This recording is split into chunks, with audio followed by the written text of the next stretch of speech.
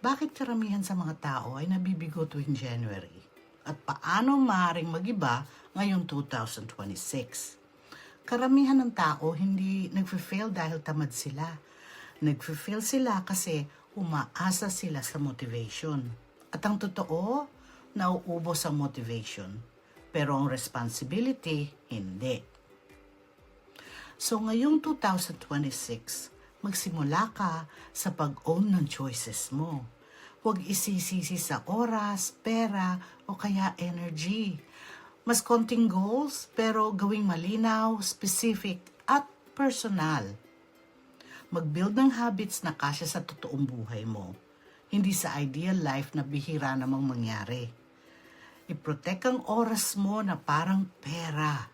Kasi pera rin yan, di ba? I-design mo ang taon mo base kung paano mo gustong mabuhay. Hindi lang sa kung ano gusto mong ma-achieve. So, i-save mo to as your 2026 reminder. I-share mo sa mga taong laging strong sa umpisa pero nauubusan sa gitna. At kung naghahanap ka ng simple na way para magbago ang buhay mo sa 2026, DM mo lang ako. At kung gusto nyo naman, I have a digital journal on PDF that you can print or download so you can write your own journals on it. It's free para sa inyo. Just message journal and I'll send it to you. Okay?